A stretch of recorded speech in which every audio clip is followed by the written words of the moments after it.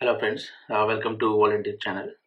So చాలా మంది already వినే ఉంటారు. పవన్ కళ్యాణ్ గారు కాపు పెద్దలకే ఉద్దేశించి ఒక లెటర్ రాశారు.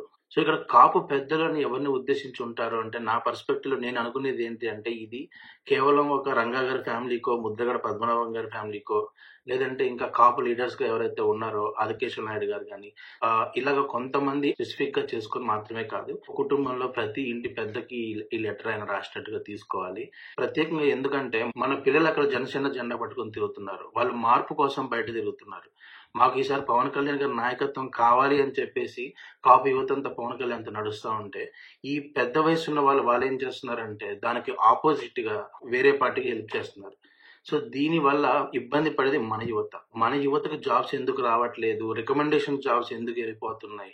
పథకాలు మన వరకు ఎందుకు రావట్లేదు? సో ఇలాంటి ముఖ్యంగా మన పిల్లలు బండి మీద స్పీడ్‌గా ఎళ్లారని చెప్పో, లేకపోతే ఇంకేదో చేశారని చెప్పో కేసులు పెట్టించుకొని, ట్వీట్‌లేసారని చెప్పి కేసులు పెట్టించుకొని, ఈ ఇబ్బంది పడేదంతా మళ్ళీ కాపు యువత. ఎందుకంటే ముఖ్యంగా అత్యధికంగా ఫాలోయింగ్ ఉంది పవన్ కళ్యాణ్ గారికి ఈరోజు నేడు కాపు కమ్యూనిటీ యువతలో. ఎక్కడ తెలుగువాడున్నా సరే అక్కడ ఈరోజు ఆయనకంటూ ఒక అభిమాన ఘనం ఉంది.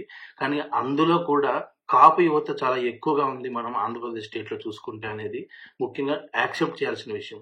సో ఇలాంటి పరిస్థితుల్లో కాపు పెద్దలు చేసే ప్రతి స్టెప్ కూడా ఇబ్బంది పెట్టేది. ట్వీట్‌లేయడమో, లేకపోతే పవన్ కళ్యాణ్ గారు పిలిచారని చెప్పి ఒక ర్యాలీకెళ్ళినందుకు, లేకపోతే ఇంకేదో చేసినందుకు వీళ్ళే కేసులు పెట్టించుకుంటున్నారు. కాబట్టి మన పిల్లల గురించి, మన పిల్లల భవిష్యత్తు గురించి ఆలోచించి ఒక నిర్ణయం అయితే తీసుకోవాలి. ఇక్కడ ముఖ్యంగా ఆయన చెప్పిందేంటంటే, వైసీపీకి ఓటమనేది కళ్ళెదుట కనిపిస్తుంది.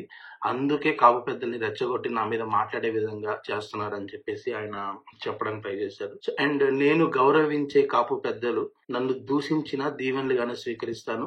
మీకు ఎప్పటికీ కూడా మా వాకిలి అంటే మన పార్టీలోకి ఎప్పటికీ కూడా వాకిలి తెరిసే ఉంటుందని చెప్పారు. అండ్ అలాగే ఎంతో కొంతమంది మన వాళ్ళని తీసుకొని అసెంబ్లీకి వెళ్ళాలని నేను ప్రయత్నిస్తున్నాను. దానికి మీరు కాపులతో తిట్టించే వాళ్ళని కాకుండా నన్ను తిట్టుకుంటూ, నన్ను దూషిస్తూ మీరు చేయడం అనేది మంచిది కాదు. బట్ మీరు నన్ను దూషించినా సరే దాన్ని మాత్రం నేను డెఫినెట్‌గా ఆశీర్వచనాలుగా తీసుకుంటానని చెప్పాడు.